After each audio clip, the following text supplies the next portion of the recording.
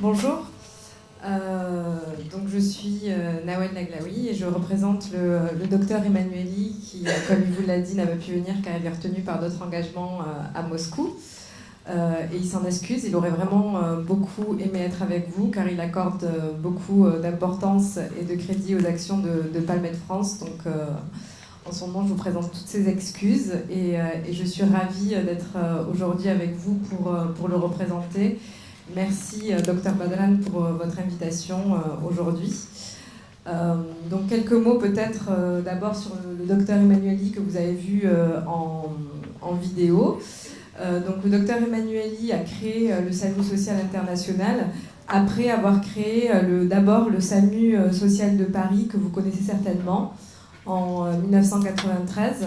Donc SAMU, pour ceux qui ne connaissent pas, initialement ça veut dire service ambulatoire mobile d'urgence, et on a rajouté à côté social, car initialement c'était un service mobile d'aide purement médical qui faisait des maraudes dans les rues de Paris pour aller à la rencontre des gens qui avaient des urgences médicales.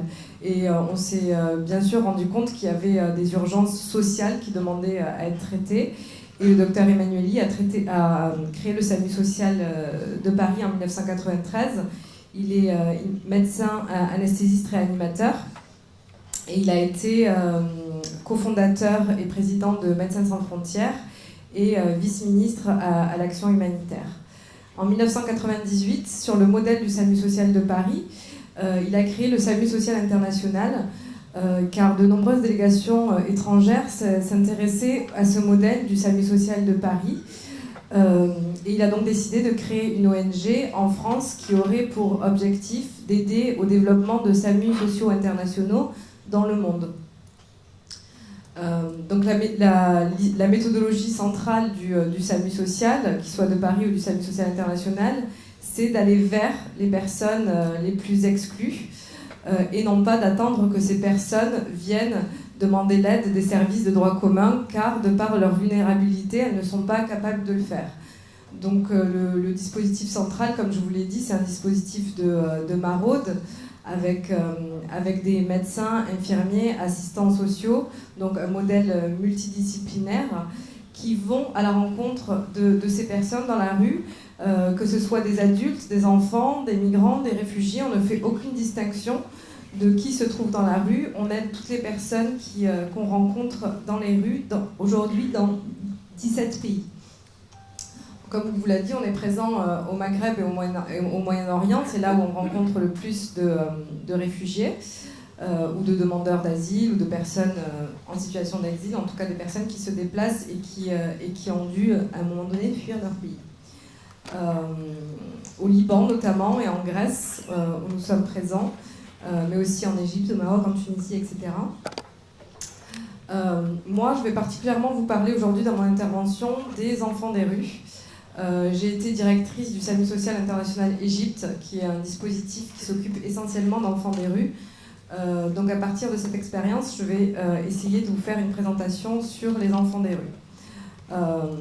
Donc, afin de réfléchir aux modalités de prise en charge des enfants des rues, il est d'abord nécessaire de comprendre la complexité de ce phénomène et de comprendre qui sont les enfants des rues, combien sont-ils et comment les aider. Donc, tout d'abord, il est très difficile de parler de chiffres quand on parle d'enfants des rues, car par définition, ce sont des personnes très mobiles et donc difficiles à comptabiliser. L'UNICEF parle de plusieurs millions et les associations ne sont pas toujours d'accord et envoient plus ou moins. En tout cas, l'UNICEF parle de dizaines de millions. Et la difficulté, comme je vous l'ai dit, c'est que ces enfants bougent énormément et recouvrent aussi des situations très différentes. On a tendance à parler d'enfants des rues, mais on distingue trois catégories. En tout cas, trois catégories demandent à être distinctes. Donc la définition générale qui a été donnée par le Program for Street Children and Youth en 1982, ce qui est un programme inter-ONG, et que les enfants des rues sont ceux pour qui la rue, dans le sens le plus large du mot, car ça peut être par exemple des bidonvilles, ceux pour qui la rue, plus que leur famille, est devenue leur maison réelle, une situation dans laquelle il n'y a aucune protection, surveillance ou direction d'adultes responsables. Donc, comme je vous l'ai dit, on distingue 3 catégories. L'enfant de la rue qui vit en permanence dans la rue, de jour comme de nuit, et qui est complètement en rupture avec sa famille et qui ne bénéficie donc d'aucune protection de personnes adultes. On distingue ensuite l'enfant dans la rue, c'est celui qui passe le plus clair de son temps dans la rue, généralement en quête de revenus économiques, mais qui a un abri où il rentre le soir, qui peut être sa maison ou un abri de fortune dans un bidonville. Et enfin, une 3e catégorie qui est l'enfant à la rue, qui désigne plutôt un enfant qui est en fugue, plus ou moins longue, et c'est donc une situation transitoire.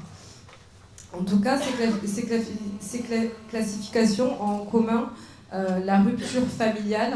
Elle peut être totale ou partielle, mais ce sont tous des enfants qui ont cumulé des situations d'exclusion, souvent d'abord familiale, puis scolaire et sociale. Et on parle donc d'un phénomène de grande exclusion.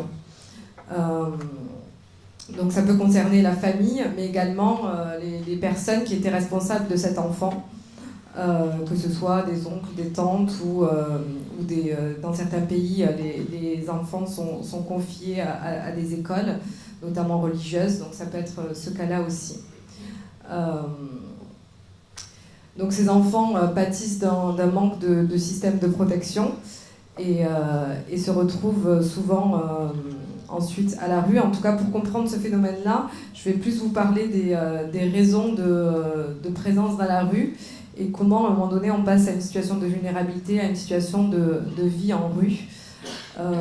Donc bien sûr, il y a de nombreux facteurs sociaux et économiques qui contribuent à expliquer le phénomène des enfants des rues, notamment la pauvreté et le travail des enfants, l'attraction économique des villes, la violence intrafamiliale qui peut être exacerbée par cette précarité économique justement, et la faiblesse des dispositifs nationaux de protection de l'enfance.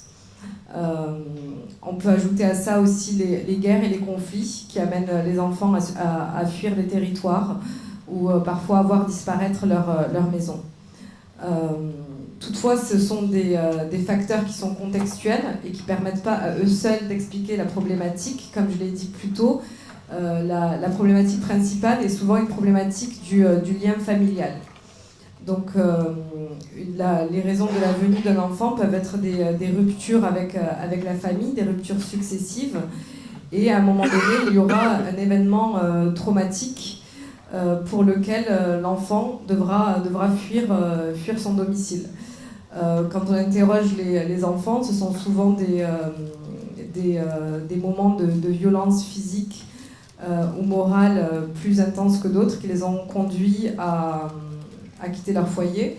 Quand c'est un foyer pauvre, on a fait travailler des enfants qui s'ils ne ramenaient pas assez d'argent, étaient violentés par leur famille.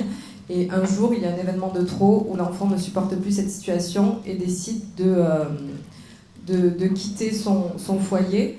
Donc on peut dire qu'en fait l'attirance pour la rue prime lorsque le milieu dans lequel il vit n'est plus assez attractif, au sens où personne ne le retient, voire même le pousse vers la sortie. Donc par exemple, on a fait plusieurs études dans les services sociaux où on travaille, et c'est d'abord le débordement de violence qui est extériorisé ou intériorisé qui est le facteur numéro 1 pour lesquels les enfants décident de quitter leur foyer.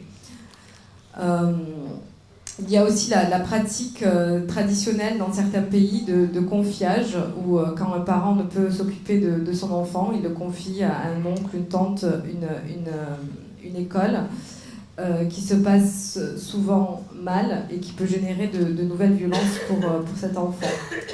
On constate également la problématique des femmes, des jeunes filles employées, souvent comme domestiques de maison. Donc au Maroc notamment, on appelle ça le phénomène des bonnes, où des enfants confient leurs parents à des familles pour qu'elles soient travailleuses domestiques, et elles sont souvent esclavagisées, enfermées, maltraitées par ces familles auxquelles on les confie.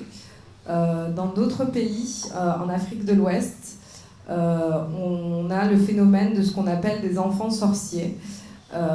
Donc les enfants sont accusés de sorcellerie par leur famille, leur entourage. C'est en tout cas pour moi purement de la superstition. Par exemple, un enfant qui naît à un moment donné où il se passe quelque chose de dramatique dans sa famille pourra être accusé d'être un enfant sorcier et rejeté par sa famille ou par ceux à qui il a été confié. Enfin, on a aussi dans les contextes de conflits armés et de sortie de crise le phénomène des enfants soldats. Donc des enfants complètement traumatisés par ce qu'ils ont dû faire, car on leur a mis des armes dans les mains et qui ont été enrôlés dans des conflits armés et qui ensuite ne parviennent pas à se réinsérer dans une vie normale et qui finissent également à la rue. Donc comprendre qui sont les enfants des rues et les raisons qui poussent les enfants à vivre dans la rue et à s'y maintenir, ça invite aussi à s'interroger sur la façon dont les enfants et les jeunes, bien sûr, vivent en rue. Et surtout comment ils y survivent et quelles sont leurs activités en rue. Donc bien sûr, tout enfant qui se retrouve à la rue a besoin avant tout de ressources économiques. Et on constate que les activités rémunératrices des enfants évoluent en fonction de leur âge, mais aussi de la durée de vie en rue. Donc les plus jeunes et les nouveaux arrivants font souvent de la mendicité et sont exploités par les plus grands, puisqu'un enfant jeune a plus de chances d'attendrir ceux à qui il demande de l'argent. Et contre la protection de ce qu'on appelle un leader ou un caïd, on leur promet une protection dans la rue, mais en échange, ils doivent donner la plupart de l'argent qu'ils arrivent à récolter à ce caïd, à ce leader. Ou pour les jeunes femmes ou les jeunes filles en rue, ça peut être en échange, cette protection peut être échangée contre un rapport sexuel avec ce caïd ou ce leader qui lui offrira une protection supposée dans la vie en rue dès lors que la jeune fille accepte d'avoir des relations sexuelles avec celui-ci. Donc les enfants, bien sûr, n'ont pas que cette ressource de la mendicité. Ils travaillent aussi toujours dans des métiers du secteur informel, donc des petits métiers tels que laveur de vitres, cireur de chaussures, revendeur sur les voies publiques, gardien de parking, assiste des commerçants pour des petites tâches courantes. Et enfin, leur revenu peut être également le fait d'activités illégales, telles que les vols d'opportunités, la prostitution, etc. Donc voilà comment survivent économiquement ces enfants. Où est-ce qu'ils vivent et quel rapport ont-ils au temps et à l'espace. Ce sont des sujets qui permettent de mieux comprendre la vie d'un enfant à la rue. Donc les enfants sont souvent regroupés aux mêmes endroits. Ce ne sont pas forcément l'endroit dans lequel ils vivent, mais ils ont souvent des territoires où ils travaillent, où ils mendient, et des territoires sur lesquels ils dorment, qui sont souvent près des axes de circulation, des grandes routes, des gares, etc. Ce qui facilite, entre guillemets, le travail du SAMU social, car quand on commence à s'implanter dans un pays, on identifie d'abord ces zones-là d'intervention prioritaire, où on pourra facilement trouver les enfants des rues qui ont besoin d'aide. Donc on a tendance à dire que les enfants ne font justement pas partie de la ville, car ils bougent peu. Ensuite, d'ailleurs, Olivier Douville, qui travaille beaucoup avec nous, en parlera cet après-midi quand il parlera de l'errance. Il sera amené aussi à évoquer ce phénomène de lieu de vie et non-lieu de vie. Ce qui est très important quand on travaille avec les enfants des rues, c'est également de comprendre leur rapport au corps et à l'espace. Initialement, une fois que l'enfant est installé à la rue, il trouve tout de suite des avantages à sa situation, il s'est sorti d'une situation de violence, mais très vite on va voir qu'il se remet dans un autre engrenage de violence et d'exploitation. Comme je vous l'ai expliqué, ça peut être notamment par d'autres membres du groupe d'enfants des rues. Et là, notamment à cause des traumatismes qu'il a subis, qu'ils soient physiques ou psychologiques, l'enfant est souvent amené à entamer ce qu'on appelle un processus de régression, et d'avoir usage à des toxiques et drogues dans le but de soit d'abolir, soit d'exciter et de sublimer sa vie psychique. Certaines drogues aident clairement les enfants, en tout cas c'est comme ça qu'ils le perçoivent, à tenir le choc. Et pour d'autres, certaines toxiques ou certaines drogues vont les aider à trouver le sommeil qu'ils ne parviennent plus à trouver dans leur vie en rue. Certains enfants semblent aussi ne pas avoir besoin d'aide.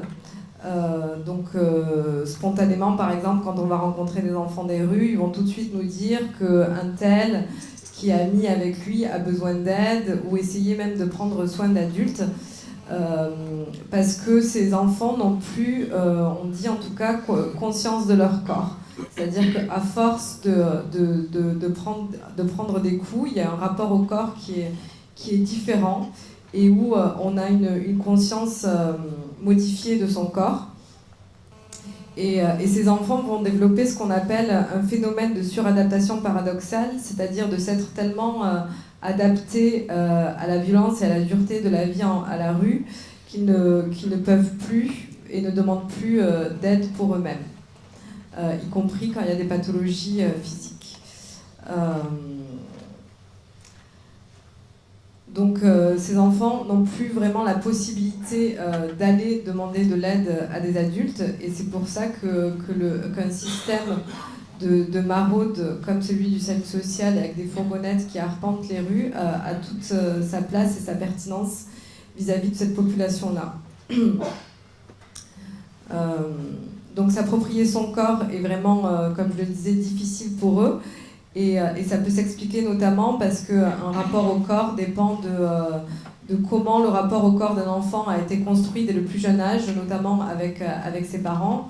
Mais lorsqu'on est laissé complètement à l'abandon, cette acquisition de son corps, qui a priori peut sembler naturelle, ne l'est plus du tout. Il y a également un rapport au temps et à l'espace qui est altéré. Notamment certains jeunes qui passent beaucoup de temps dans des sous-sols ou dans des endroits où il n'y a aucune lumière, des sous-sols, des parkings, ont une vision altérée de ce qui est le jour et la nuit, voire même les jours de la semaine, et ont une notion du temps très immédiate, et en tout cas ne distinguent plus les différents temps d'une journée ou d'une semaine. Le temps n'est plus le même.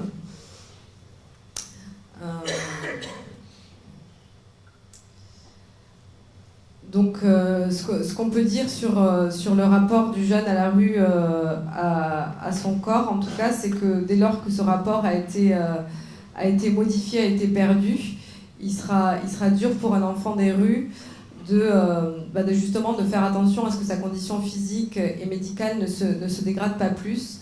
Donc, un des enjeux des travailleurs des SAMU sociaux, des médecins, des infirmiers, des assistants sociaux, c'est de faire en sorte que petit à petit, l'enfant se réapproprie son corps.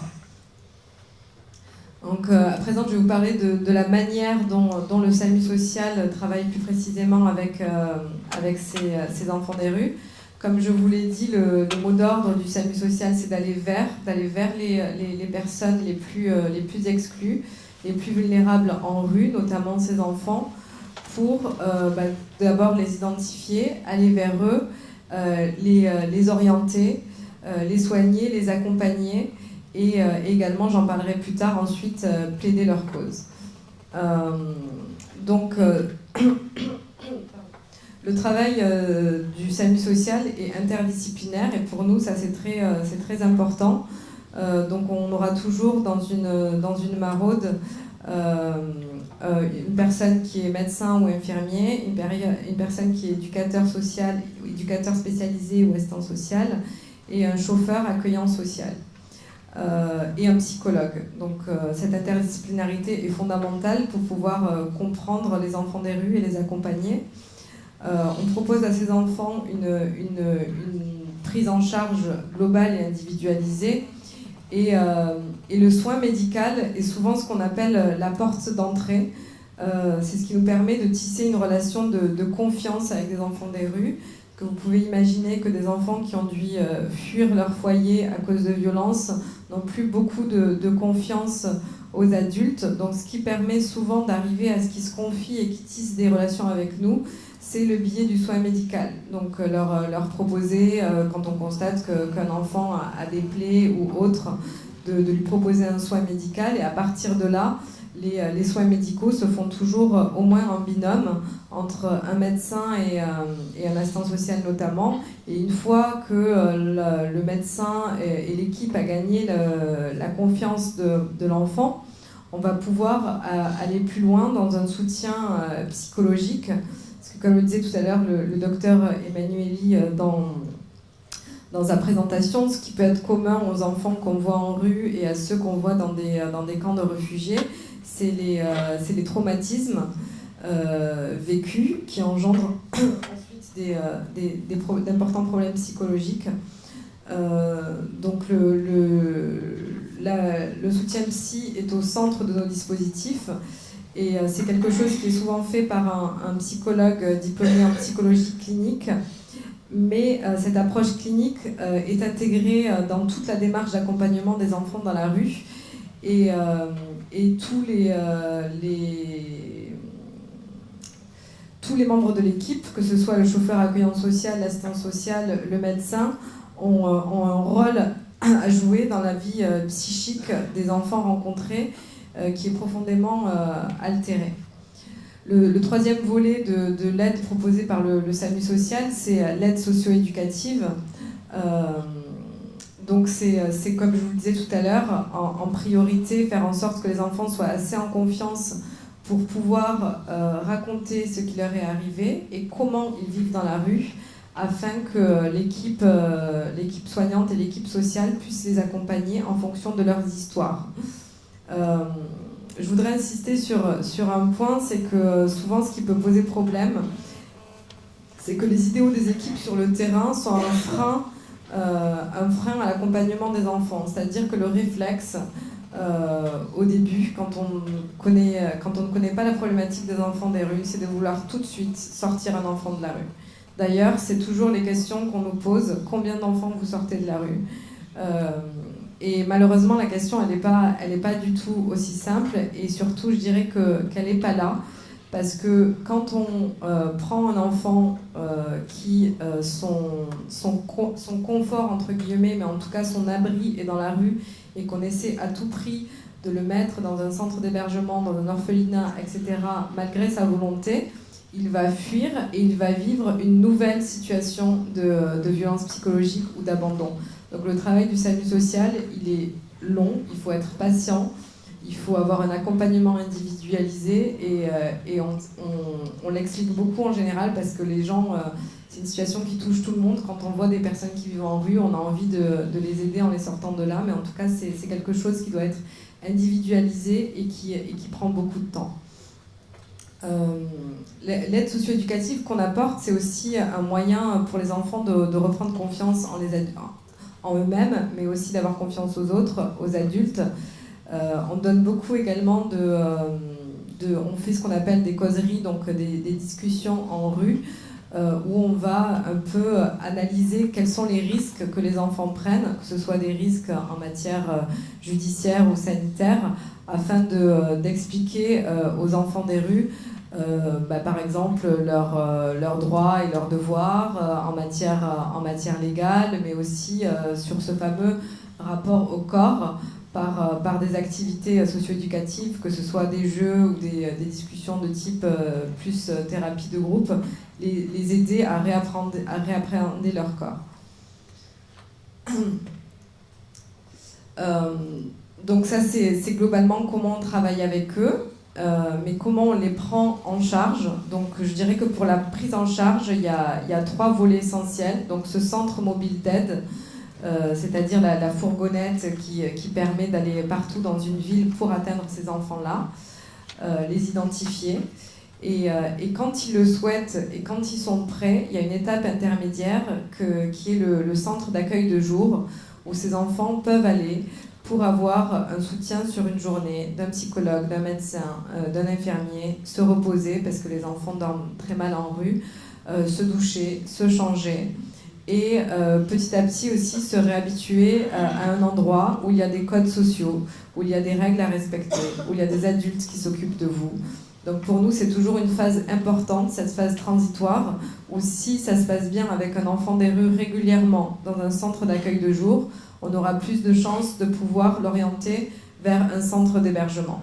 Donc le troisième volet, c'est ces centres d'hébergement qui permettent d'accueillir les enfants de manière durable et de les héberger et d'avoir avec eux un projet soit scolaire, soit de formation professionnelle.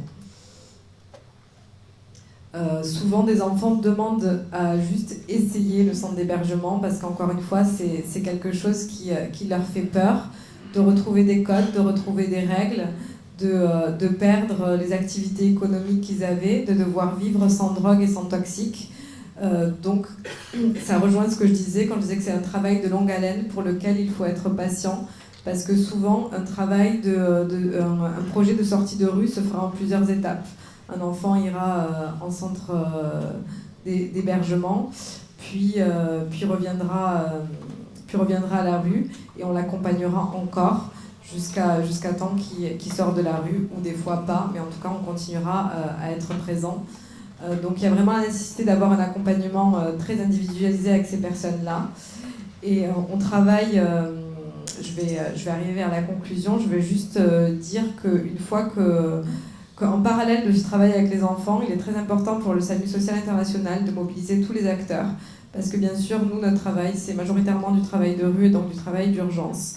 Et on travaille avec d'autres acteurs sur deux volets, la prise en charge, où dans tous les pays où on travaille, on a un réseau de partenariat et de prise en charge qui va faire que selon les besoins spécifiques des enfants, on va pouvoir les orienter vers d'autres associations spécialisées. Et le deuxième volet de la mobilisation des acteurs, c'est beaucoup plus l'implication des pouvoirs publics. Donc dans tous les pays où on est, à partir des activités et des constats de terrain, on a des actions de plaidoyer. Je peux vous donner l'exemple de l'Égypte, où ça a été très dur au début de faire admettre qu'il y avait un réel problème d'enfants des rues, qui n'allaient pas en s'arrangeant. Et à force de discussions et de plaidoyer, de démonstrations, on a réussi à ce que le ministre de la Solidarité, la ministre de la Solidarité veuille que le SAMU social international forme des dizaines d'équipes sur tout le pays à ce travail d'accompagnement des enfants des rues. On a également fait avec eux un travail pour leur faire constater que les enfants des rues n'avaient pas accès à leurs droits primaires.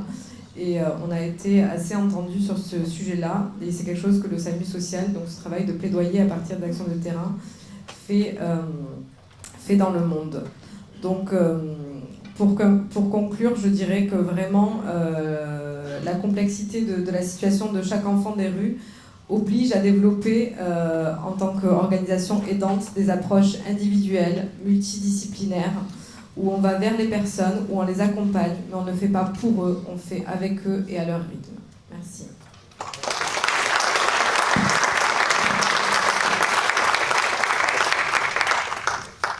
Thank you, Nawal, for your excellent, comprehensive presentation. Really, I want to raise something related to these children in the street, and I want to call them victims of the street, because unfortunately, the community believes that beyond these children are bands and mafia. And this is a kind of work. Maybe in somehow could be right, but in many other it's not right. For this reason, in health, always we are speaking about prevention. And what was mentioned by the video is better to prevent immigration than to deal with charity and to find solution. And here, as we mentioned, for the NCDs and for the communicable disease, the NCDs, one, it was increasing by 80% in all the world, and the mortality was 80% related to NCDs. UN agencies called the president of states and called even prime ministers of all the world, and they had meeting and they explained and advocate that you have to provide your ministries and your technical staff with the technical support and political support in order to decrease the burden and to save money. And for the government, is most important the money. Now I want to raise this issue and compare what was done by the UN to NCDs for the children in street.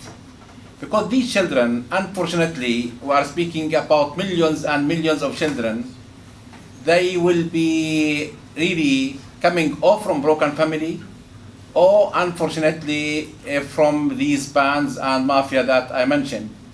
And we, the community themselves, will share and contribute in developing them or transferring them in addicted people, in criminal, in also many of them they will suffer from sexual abuse, from also malnutrition and diseases related to malnutrition, and the government, they have to deal with all diseases coming all from malnutrition, micronutrient deficiencies, all from sexual abuse with the blood-borne disease and sexual disease, and then the diseases could be transmitted for others in the community, which is not clear for, unfortunately, the technical staff or even for the government.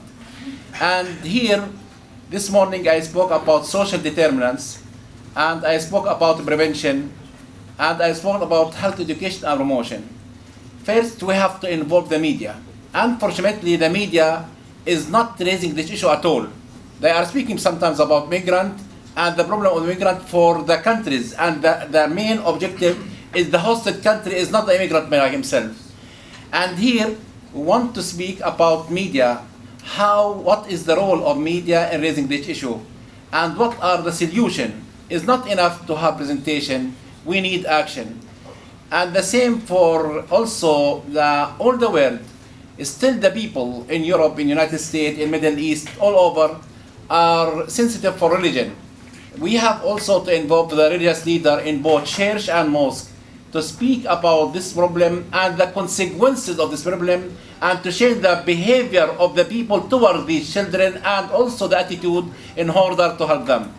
These are things, needs time, but really we have to start, and to start advocating, to start raising this issue, and to start also what we call this morning determinants of health in order to prevent diseases. And I urge the social workers and the Ministry of Social Affairs as well as the health staff to really transfer this issue into economical issue, disease burden, problem burden, and to let's see the government and the prime ministers how we can save money and how we can improve the lifestyle of these children by transferring also this to the community. Saying that, I think that still we are in the beginning, and really this important issue raised by our colleague Nawal and by the organizer of the committee is highly appreciated from our side, but really it's the first step to work on. Thank you very much. Thank you.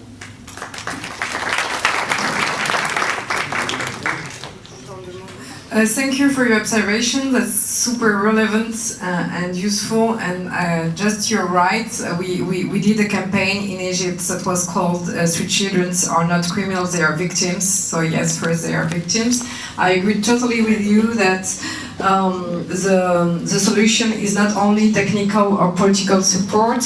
It's really prevention, technical support.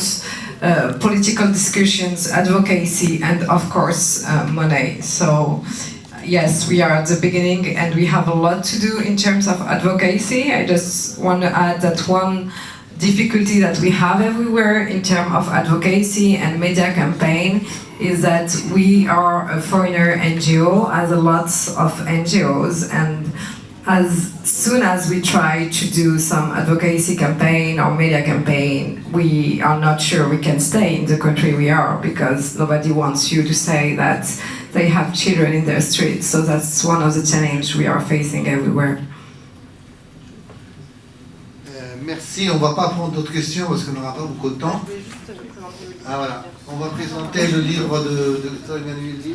En tout cas, si le sujet vous intéresse, sachez qu'il a été le docteur Xavier Emmanuelli a sorti un livre l'année dernière chez les éditions Odile Jacob qui s'appelle Les enfants des rues, une clinique de l'exclusion, où il reprend beaucoup de témoignages d'enfants et aussi de professionnels dans tous les pays où le SAMU social travaille.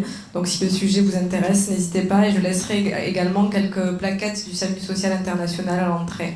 Merci beaucoup pour votre écoute. Merci Nawal.